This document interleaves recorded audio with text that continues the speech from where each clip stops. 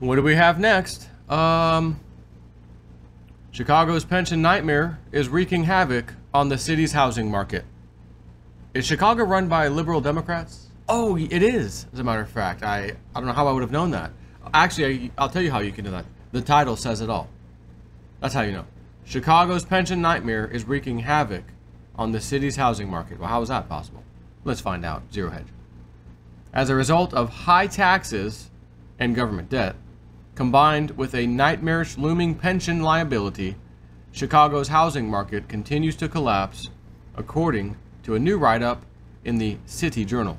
Average home prices in Chicago have still not recovered from the downturn that started in 2009, despite the fact that property taxes continue to climb. Which, again, how's that happen? I thought my property taxes were based on my property value.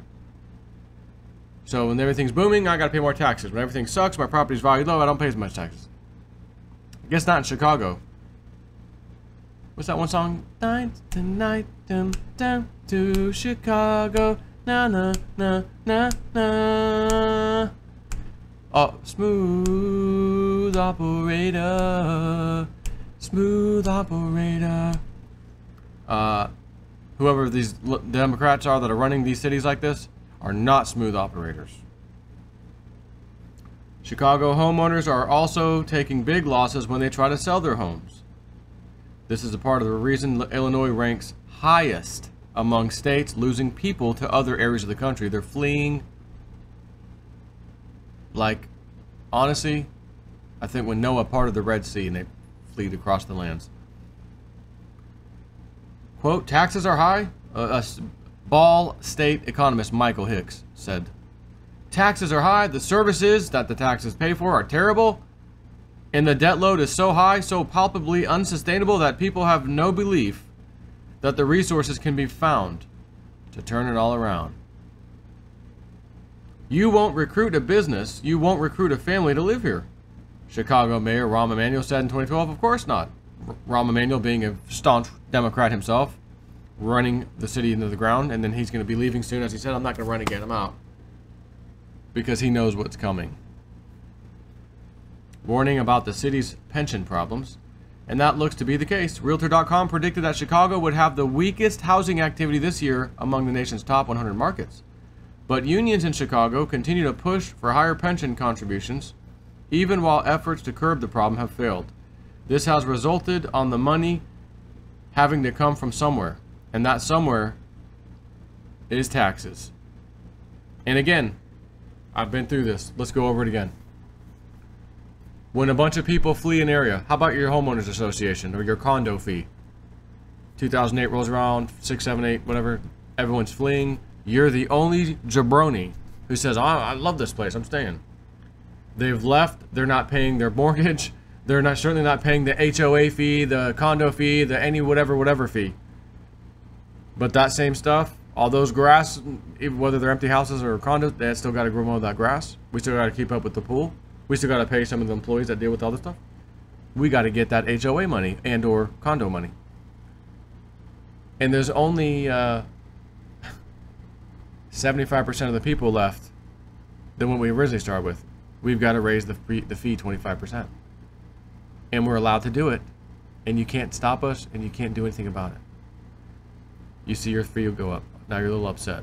More people leave. Your fee goes up again. More people leave. Your fee goes up again. It must make up for the difference in loss. Government is no different. Tax collection is no different.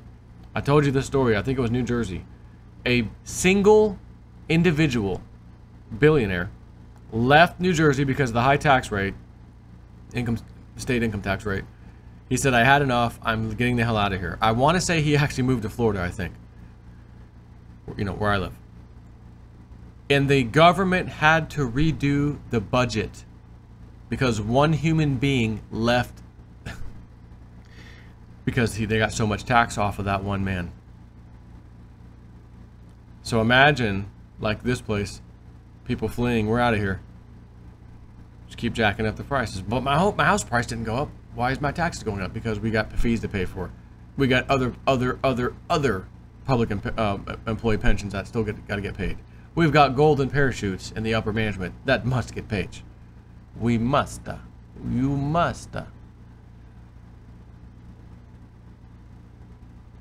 But unions in Chicago continue to push for higher pension contributions, even while efforts to curb the problem have failed. This has resulted on the money having to come from somewhere.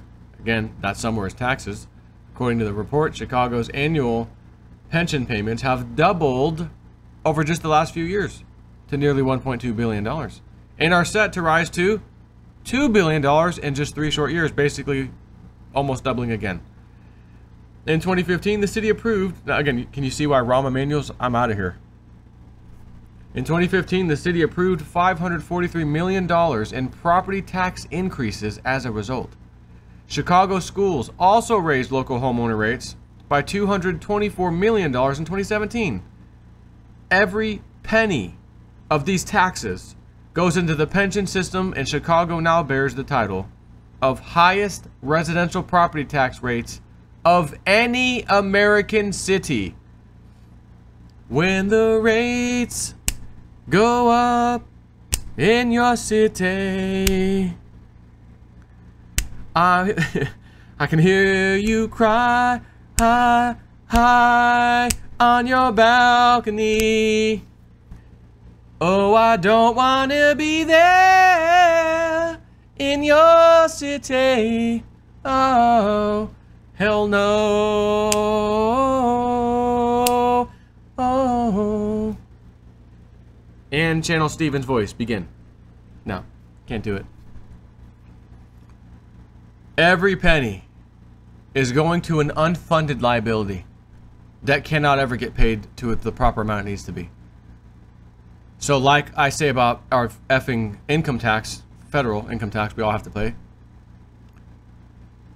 and our debt goes up higher and higher. We're at 22 trillion plus now, not coming down, will not come down, not including the 4-point-something trillion on the Federal Reserve balance sheet. That's also there. That's we don't count that. And the unfunded liabilities, federal government, another tens of trillions.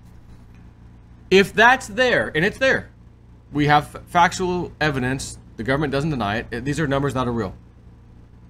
So if the numbers aren't coming down debt-wise, we're not paying it off, we're just adding to it.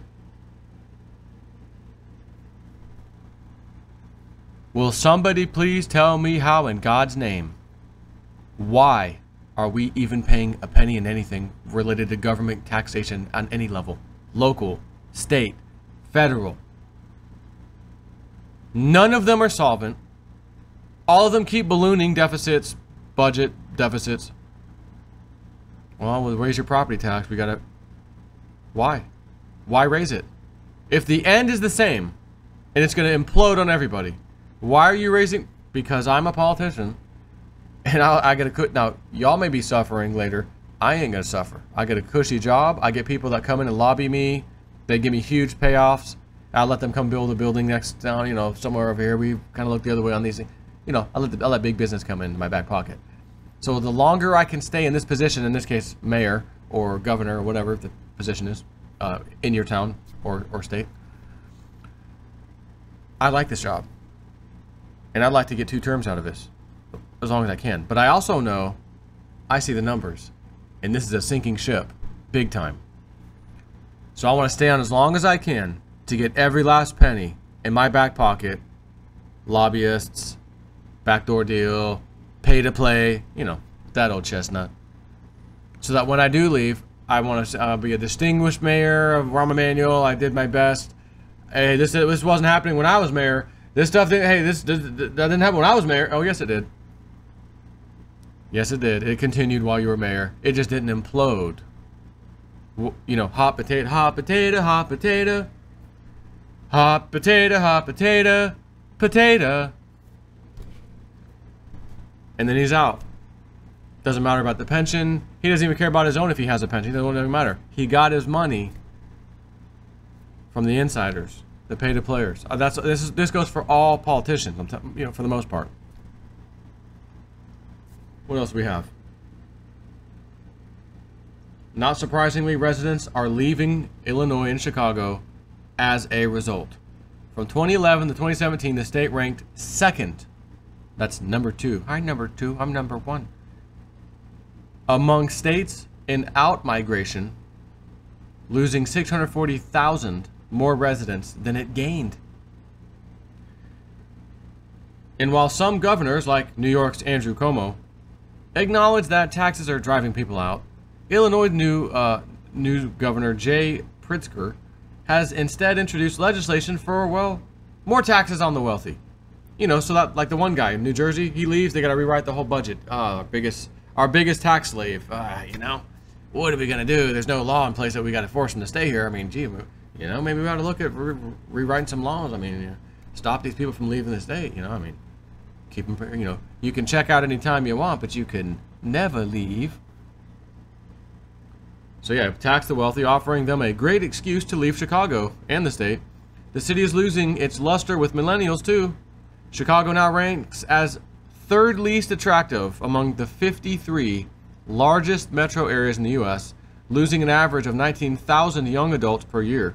Illinois ranks beyond all but only 2 states in trying to attract young adults. The city's economy is also sputtering, averaging less than 1% growth in private sector jobs in each of the last 2 years. Let's see, Chicago pensions are only half to quarter funded. Half to only a quarter, somewhere in between. And what are those two big ones? Laborers, 49%, teachers, 49%, municipal, 28%, police, 24%, fire, 20%. And when residents flee the city, they put a home up for sale in the market without buying one in the same market. This has caused the price of housing to plunge, according to the report. The average price of a single-family home in Chicago is lower than it was before the prices began plunging back in 2009. The national average is a rise of 30% in home prices since the crash. Housing speculators in the city have been decimated. This has led to a slew of underwater mortgages, the most in any major U.S. market. It's estimated that 135,000 mortgages may risk default during the next economic downturn. In early April, we noted that Chicago pension funds looked like a collapsing Ponzi scheme. This is Zero Hedge. Back in December 2018, we noted that each Chicagoan owed $140,000 to bail out the city's pensions. Anyone got that line around? Joe, when our cryptos go up, we might. Yeah, good. Keep it. And get the government to keep its greasy, grimy hands off of it. And we'd love to say, let's have this be a lesson to the rest of the nation who believes that government financial problems and pension liabilities are simply no big deal. It's no big deal. But we're certain they're not listening anyways, so, you know, take care.